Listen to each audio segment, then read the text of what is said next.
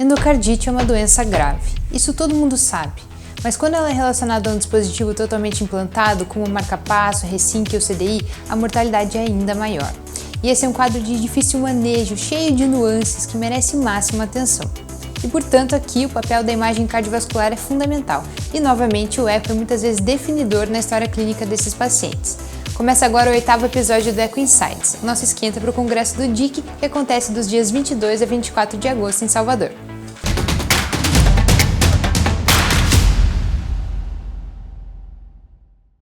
O paciente hoje tem 82 anos, apresenta diversas comorbidades e entre elas uma doença renal crônica estágio 5, e por isso ele faz hemodiálise 3 vezes por semana por meio de um Permicate. E além disso ele tem um marca-passo unicameral implantado há alguns anos em outro serviço. Ele procurou o nosso pronto-socorro por um quadro de mialgia, uma febre não aferida e uma dor abdominal inespecífica, com início há mais ou menos uma semana. No exame físico, o Permicate apresentava sinais flogísticos, motivo pelo qual desconfiou-se de uma infecção de corrente sanguínea. Foram coletadas hemoculturas, com 2 delas positivas para Staphylococcus aureus sensível à meticilina. Foi iniciada a antibiótico terapia, solicitada a retirada do Permicate e solicitado um ecocardiograma. Certo, mas então como que eu faço um transesofágico para procurar vegetação na presença de dispositivo? Vou mostrar como eu fiz o caso desse paciente. Primeiro de tudo, tendo dispositivos ou não, o protocolo de procurar vegetações em todas as válvulas do paciente não muda, porque mais de 1/3 dos pacientes apresentam vegetações em alguma válvula também. Então eu costumo fazer uma varredura da mitral em todas as suas projeções, primeiro sem o collar, depois com o collar, procurando sinais de disfunção valvar. Depois eu passo para a aórtica no eixo curto e no eixo longo. A pulmonar aqui é mais difícil de avaliar, geralmente só por 60 graus ali que ela aparece, mas vale sempre a pena jogar pelo menos o collar para ver se o refluxo não é exuberante. E por último a tricúspide, que pode ser avaliada pelo transgástrico, mas uma janela bem interessante é o esôfago médio-baixo.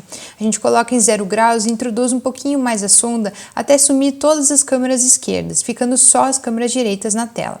E aqui a gente pode rodar o ângulo fazendo uma varredura também. Então pronto, rodei todas as válvulas e não achei nada, mas o paciente tem um cabo de dispositivo em câmeras direitas. E agora? Claro que nas mesmas projeções que a gente olhou a válvula tricúspide, a gente já está dando uma olhadinha aqui no cabo do marca-passo, acompanhando o trajeto do eletrodo. Mas mais especificamente para dispositivos, uma maneira de procurar pode ser de distal para proximal, assim em 3 passos. Primeiro focando na extremidade distal do eletrodo, no ventrículo direito, ali no esôfago médio-baixo, e aí seguindo o seu trajeto superiormente até o átrio direito. Para esse paciente aqui no VD eu não vi nenhuma imagem sugestiva de vegetação.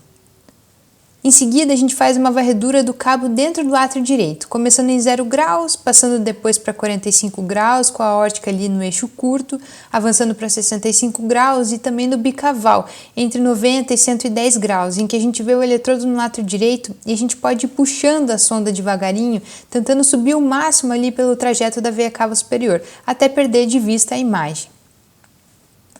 Então, para esse paciente aqui no átrio direito, algo chama atenção, né? Eu vejo um discreto espessamento aqui no cabo do marca-passo, ali perto da tricúspide. Pode ser uma vegetação, mas segura essa imagem aí que a gente vai terminar a varredura do cabo só para não perder o raciocínio. Por último, podemos voltar aqui para 0 graus, anteriorizar um pouquinho a sonda mostrando a aorta e puxar novamente a sonda devagar para o esôfago alto para acessar essa janela aqui em que a gente vê a aorta ascendente, a artéria pulmonar direita principalmente, e do lado esquerdo da imagem aqui a veia cava superior. Esse normalmente é o ponto mais alto que a gente consegue chegar dentro da veia cava superior para rastrear esse eletrodo em busca de vegetações. E aqui para esse paciente, na cava superior, eu não identifiquei nenhuma imagem sugestiva de vegetação. Então vamos voltar aqui para aquela imagem suspeita no átrio direito. É uma imagem hiperecogênica, filamentar, imóvel, aderida aqui ao cabo de marca-passo, que faz um movimento rápido, assim, aleatório, que a gente chama de fluttering. Será que isso é uma vegetação ou é artefato? Bom, eu vou mudar de janela e procurar a mesma imagem, porque os artefatos não costumam aparecer em mais de um plano. Então aqui, olhe, em 23 graus de novo a mesma imagem, em 129 graus de novo a mesma imagem. Parece que não é um artefato. Uma outra ideia aqui é passar para o X-Plane utilizando 3D.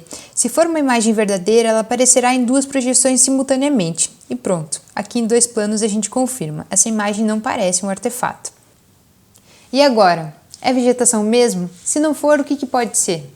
Bom, a definição clássica de vegetação é uma massa de formato irregular, ecogênico, altamente móvel, fixada à borda de um folheto valvar, aqui nesse caso de um dispositivo, de caráter distinto do restante do dispositivo.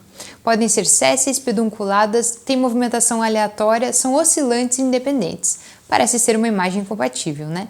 Mas se não for vegetação, o que mais pode ser? Então aqui tem uma lista de várias coisas que podem ser confundidas com endocardite na avaliação do eco, mas vamos comparar as imagens. Bom, válvula de Eustáquio não é, né? Tá longe da veia cava inferior aqui. Corda rota e prolapso. Nenhuma das válvulas tem refluxo significativo aqui e também a imagem não está próxima de nenhuma delas. Excrescência de lâmpada. Também costuma estar aderido às válvulas, principalmente na superfície de coaptação, não parece ser o caso. Fibroelastoma. Tem um formato bem mais arredondado e costuma estar aderido às válvulas mais de 80% dos casos. Tem a borda bem marcada, lembra aquele aspecto de anêmona. Não é o caso dessa imagem. Ghosts são remanescentes fibrinosos que parecem visíveis depois que a gente tira os cabos de marca-passo. Aqui não parece ser esse caso, né? Ele teria um formato mais tubular, mais próximo ali da veia cava superior. E trombo? Será que pode ser trombo? Olha, até pode, sabe? Porque as câmaras direitas têm baixa pressão e são sujeitas à formação de trombos.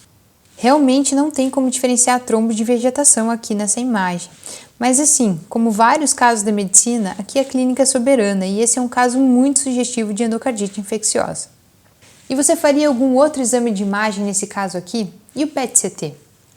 Bom, de fato, para infecção relacionada a dispositivo, o PET-CT marcado com glicose tem uma boa sensibilidade e especificidade. Então ele está indicado principalmente quando a gente não vê uma infecção evidente na loja do marca-passo. Pela diretriz do ESC fica com 2B. E o que dizem as diretrizes sobre o tratamento da endocardite relacionada a dispositivo? Bom, todas elas concordam que precisa ser retirado o dispositivo por completo. Isso pode ser feito tanto via percutânea quanto cirurgia aberta. Nós optamos por indicar a retirada percutânea, que é a técnica preferencial, exceto quando os cabos são epicárdicos ou quando houver uma vegetação intracavitária maior do que 2,5 em seu maior diâmetro. E vocês conferem como foi o procedimento aqui.